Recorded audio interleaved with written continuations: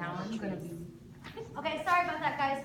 So like I said, when we went to the John Samara training, I guess in December, he talked about, he kind of had, I think we all kind of had an aha moment where we were like, we're talking about, we're ready to get to these, those advanced questions, 2-step and 3-step advanced questions, and he's like, before you even look at your type of questioning, you need to be making sure that you are actually asking enough questions and that you are monitoring yourself about how many times you're asking questions and how many times kids are responding, because if you're only asking 3 questions and one is up here and 2 other ones, we really want to make sure that we're asking many types of questions. And that was my big aha, because I know for randomness we want to focus on, for me I was all about, oh, kids are participating, they're participating, but you also have to make sure that they are responding. So we want to make sure that each kid has a chance to respond during your lessons, so we need to really be monitoring how many questions am I really asking the kiddos as I'm going through my lesson. And before we do that, I want to real quickly, at your table, I want you to see if you can review that there was 6 types of questionings that we went over last time. It's not in those handouts this time, but can you talk with your team, your table mates, to review the different types of questionings that we had, and then we'll have a few people share some of their different questions they remember.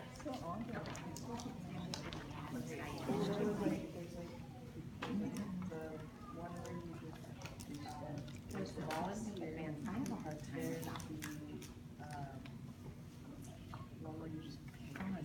It's reverse. It's the reverse. It's reverse. So where you like, Donna, can you please tell me blah blah blah blah? So that's a reverse, and that's when we try to say. I'm usually confused. Y'all teach reading or math? Reading. It's a 2-step and then 3-step So simple do like, and then I 3-step guess y'all not sit on. advanced. Oh, the advanced. Oh, y'all do? And it's also the level of questions that you ask. Your previous level question was a little higher, and obviously the other one is you just blurt out. Kids would just blurt out the answers of the 6 step. Yes. But I can, it's so hard for me to work that into math, but that's like, I think it's better suited for reading, because you can be reading a book, ask a comprehension question and say, hold on, think about it. I'm trying to Turn and do talk. this whenever I say, so this is more like, if you ask the question, okay, discuss it with your teacher. Think about it. So I guess I'm doing, I know this without even thinking about it. Yeah, and that's what, I feel like that is Trying just to reading. more now that I look about it, look at it. Editing invitations. Yeah.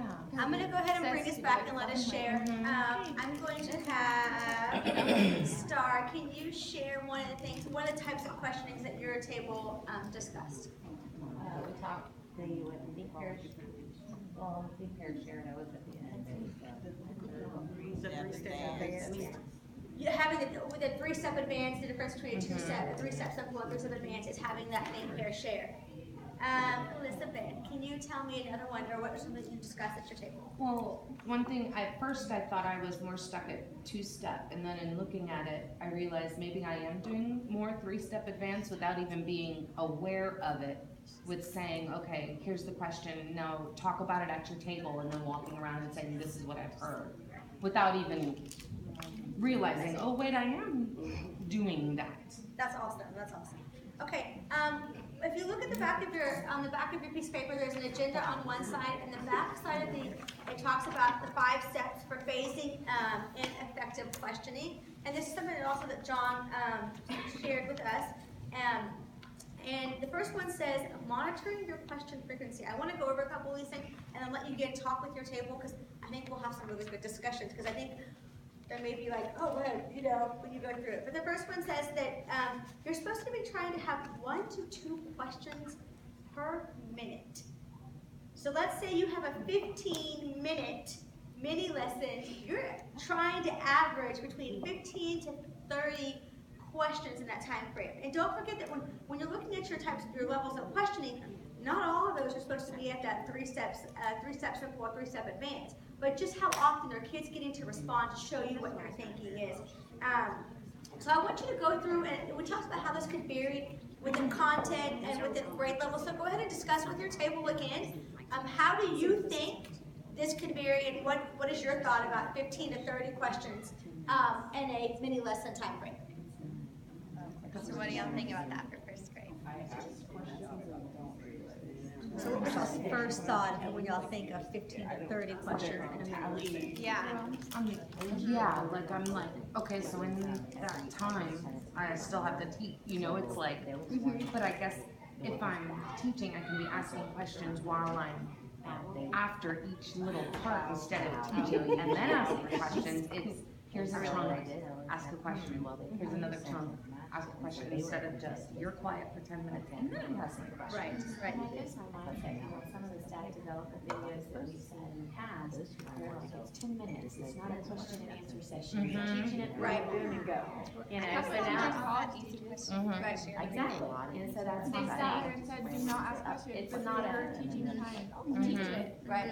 I think that there's two ways to look at it. I think it also varies very what much I was on the focused on content. is Like, the let's question we're all that language arts here for the most part. Like But let's our think about vision if you're a lessons, math. there's no way to ask. If you're doing the course What questions, was you're doing one problem, and you get to just say, oh, well, what would you answer here? So you have those very simple. So when you look at the reading and the writing and the language arts part of it, it's a lot. It's your level, your thinking is level, and your teaching is a little different, is more difficult. But anytime that you have them turned into a partner or whatever else, but you're going to see. I think that if you're aiming for 10, maybe 12, but having a few of those being and small ones, like let's say you're reading a story, you say at the beginning of the lesson, and you're saying, well, who's the character? How did they feel? Like you're just popping through questions, and like I said, you don't want the whole thing just to be questioning, but just trying to make sure that you're not asking.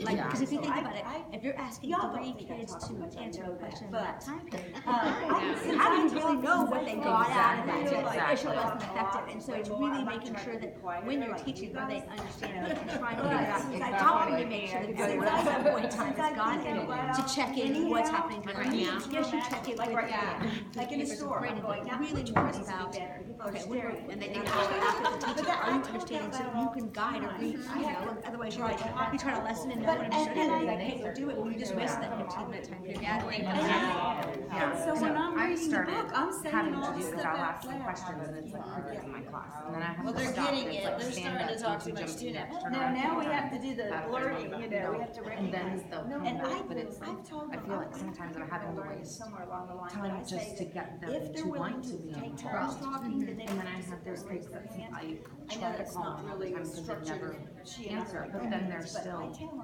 Right. and so I'm you having take to. turns, if you start to say something and You know, so but and it's so like next every to you time. does too. Right. And you You go, go, how oh, do it's you okay, get you those go first, kiddos? then it's okay. And I think with But that, if you're right. starting see, to for talk us, people you talk have at the to same take time, into then we point to the no consideration blurting. the And the other kids overall will say, child. that's Yeah. blurting, you know, they want that into.